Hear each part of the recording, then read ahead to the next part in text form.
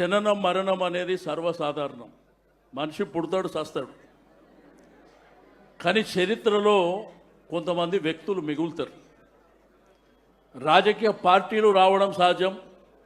పార్టీలు వచ్చిన తర్వాత కొంతమంది ఎమ్మెల్యేలు, ఎంపీలు, జిల్లా పరిషత్ కావడం కూడా సహజమే.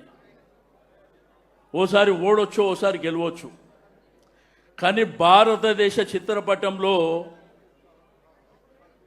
ప్రాణాలని సైతం లెక్క పెట్టకుండా తెగించి కొట్లాడి ఈ భారతదేశ ఇండియా చిత్రపటంలో ఒక తెలంగాణని తెచ్చినటువంటి నాయకుడు కేసీఆర్. ఆ చరిత్రని ఈ దేశం కాదు, ప్రపంచంలో ఎవడు చెరపలేడు. ఈ మధ్యలో తూతూ మంత్రంగా ఏది మాట్లాడినప్పటికీ ఆ భారతదేశ చిత్రపటాన్ని ఎవడన్నా మార్చగలుగుతాడా? మార్చే సాధ్యమవుతుందా? మొన్న ఎలక్షన్లు కూడా, ఇవాళ కూడా టీవీలు, పేపర్లు చూసినాం, మొన్న కూడా చూసినాం. ఏదైనా కానీ తాత్కాలికమే.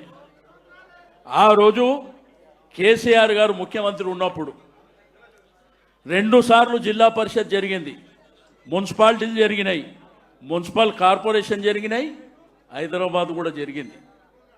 100కి 95% స్ట్రైక్ రేట్తోని అన్ని మనకే వచ్చినాయి. కానీ ఈ కాంగ్రెసు ఈ దుర్మార్గమైనటువంటి పరిపాలనలో పంచాయతీ ఎన్నికలు జరిగితే ఏం జరిగినాయి చూసారు. 35 నుంచి 38% మనకు వచ్చినాయి. నిన్న మొన్న మున్సిపాలిటీసు, కార్పొరేషన్ల దౌర్జన్యాలను చూసినాం రాజకీయాలలో. కానీ పోలీసు రాజ్యాన్ని నడిపిస్తూ గెలిచిన వాళ్ళని ఎత్తుకపోతురు, గెలవకముందు ఎత్తుకపోతురు. మరి ఇదే 2.5 సంవత్సరాలు అయినాక ఏడిపోతారు. మరి మాకేందంటే చేప పిల్ల గీత నేర్పించినట్టు మాకు తెలియని వాళ్ళకి అన్నీ నేర్పిస్తున్నారు. బిడ్డ మీరు, మా నాయకుడు మాకేం చెప్పిండు?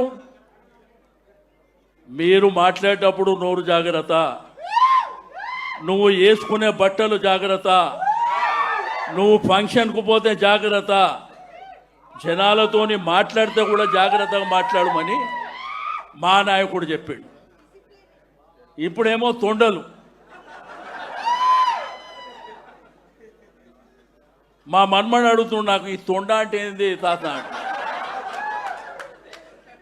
అంటే ఇప్పటి జనరేషన్కు ఏమి నేర్పిస్తుంది.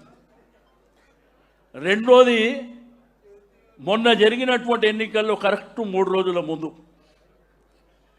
జూబ్లీహిల్స్లో ఎట్లయితే 200 కోట్లు ఖర్చు పెట్టిర్రో, మళ్ళా 3 రోజుల ముందు ఊర్లు, గ్రామాలు విచ్చలవిడిగా ఆ రోజు కేసీఆర్ గారు లోకల్ బాడీ ఎలక్షన్ జరిగితే ప్రచారానికి ఎక్కడ పోలే, మంత్రులు ఎక్కడ పోలే.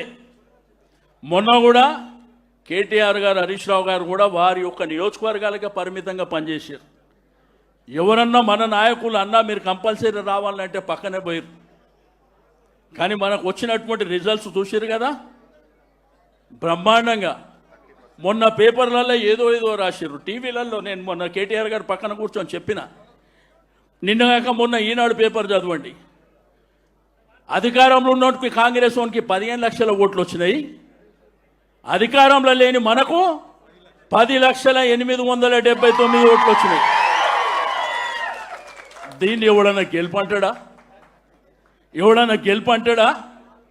మనోళ్ళని రాత్రిలో పూట ఎత్తుకపోయి, సరే పాపం పండినప్పుడు, పాపాలు పండేటప్పుడు ఇవన్నీ సర్వసాధారణంగా జరుగుతాయి.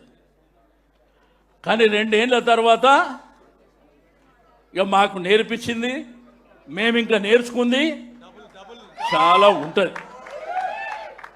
అందుకే మీ అందరికీ చెప్పేది ఒకటే, చరిత్రలో మనుషులు వస్తారు, పోతారు, జననం మరణం అన్నీ జరిగినాయి, పార్టీలు కూడా ఉన్నాయి.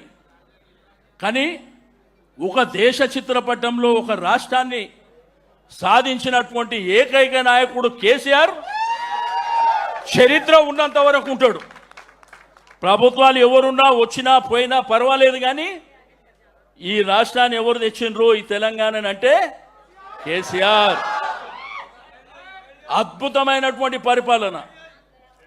కాబట్టి మనం అందరము వారి జన్మదినాన్ని బ్రహ్మాండంగా జరుపుకోవాలనేటువంటి సంకల్పంతో రాష్ట్రంలో రక్తదాన శిబిరాలు, ఆలయాల్లో పూజలు, మసీద్లో ప్రార్థనలు, చర్చులలో ప్రార్థనలు, మన వాళ్ళు ఎక్కడికక్కడ మన పండుగ దినాన్ని ఘనంగా జరుపుకునేటువంటి రోజు కాబట్టి ఈరోజు ఈ కార్యక్రమాన్ని మరి అద్భుతంగా నిర్వహించుకోవాలని మీ అందరికీ మరోసారి రిక్వెస్ట్ చేస్తున్నా.